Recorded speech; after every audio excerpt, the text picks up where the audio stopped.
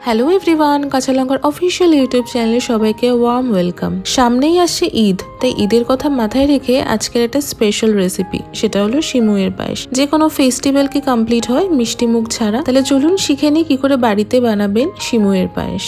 সিমুইয়ের পায়েস বানানোর জন্য প্রথমে যেটা লাগছে সেটা হচ্ছে 50 গ্রাম মতো সিমুই, লাগছে 1 লিটার ফুল ফ্যাট মিল্ক, লাগছে 3 টেবিল স্পুন চিনি, লাগছে 3 to 4 tablespoon condense milk, লাগছে পরিমাণ মতো কিশমিশ, চপড আলমন্ডস, কাজু বাদাম, পেস্তা, গরম দুধে ভেজানো স্যাফরান, 6 থেকে 7টা ছোট এলাচ। ছোট এলাচগুলোকে ভালো করে থেতো করে নিলাম। এরপর একটা ফ্রাইং প্যানে আমি 1 টিস্পুন থেকে 2 টিস্পুন মতো ঘি দিলাম। ঘিটা ভালো করে গরম হয়ে গেলে এখানে একে একে আমরা ড্রাই ফ্রুটস গুলোকে ভেজে নেব। প্রথমেই দিয়ে দিলাম হচ্ছে আলমন্ড গুলো, তারপর দিয়ে দিলাম কাজু বাদাম, তারপর দিয়ে দিলাম পেস্তা। এইগুলোকে ভালো করে ভেজে নেব। এরপর দিয়ে দেবো হচ্ছে কিশমিশগুলোকে দিয়ে ভালো করে ভেজে নিয়ে, ড্রাই ফ্রুটসের তো কোনো পরিমাণ হয় না, যতটা মন চাইবে ততটা ড্রাই ফ্রুটস ইউজ করবেন। একটা পাত্রে সরিয়ে রাখবো। ফ্রাইং প্যানে আরেকটুখানি ঘি দিলাম। ঘি দিয়ে ঘিটাকে আরেকটু গরম করে নিয়ে এবার সিমুইগুলোকে হাত দিয়ে ভালো করে ভেঙে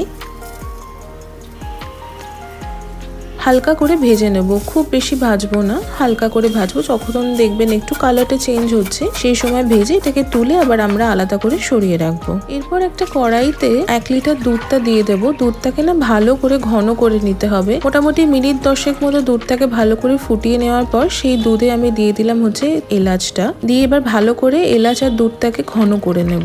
দুধটা মোটামুটি খানিকটা ঘন হয়ে গেলে এবার আমি এখানে ড্রাই ফ্রুটস গুলো অ্যাড করে দেবো। দেখতেই পাচ্ছেন আমি বেশ খানিকটা ড্রাই ফ্রুটস নিয়েছি, কারণ আমার একটু ড্রাই ফ্রুটস দেওয়ার সিমুই খেতে ভালো লাগে। পরিমাণটা আপনারা আপনাদের মতো করে ইউজ করবেন। ড্রাই ফ্রুটস গুলো দিয়ে দুধের সাথে এবার দুধটাকে আবার ভালো করে মিনিট 5 মতো ফুটিয়ে নেব। দেখতে পাচ্ছেন দুধটা বেশ কিন্তু অনেকটাই ঘন হয়ে এসছে। মোটামুটি মিনিট 5-6 দুধটাকে ফুটিয়ে নেওয়ার পর এবার ভেজে রাখা সিমুইটা আমি অ্যাড করে দিলাম। ভেজে রাখা সিমুইটা অ্যাড করে দিয়ে আবার ভালো করে এটাকে মিক্স করে নিচ্ছি। আর মোটামুটি আরো মিনিট 5-7 মতো এটাকে ফোটাবো। এর মাঝখানে দিয়ে দিলাম চিনি এবং কনডেন্স মিল্ক। চিনির পরিমাণটা প্রত্যেকের নিজের নিজের উপর, আপনি যতটা মিষ্টি প্রেফার করবেন ততটা পরিমাণ চিনি দেবেন। যেহেতু আমি কনডেন্স মিল্ক ইউজ করছি তাই জন্য আমি চিনির পরিমাণটা একটু বুঝে দিয়েছি। চিনি আর কনডেন্স মিল্কটাকে দেওয়ার পর মিনিট 2-3 ভালো করে ফুটিয়ে নিলাম। এরপর আমি দিয়ে দেবো হচ্ছে দুধে ভেজানো স্যাফরানটা।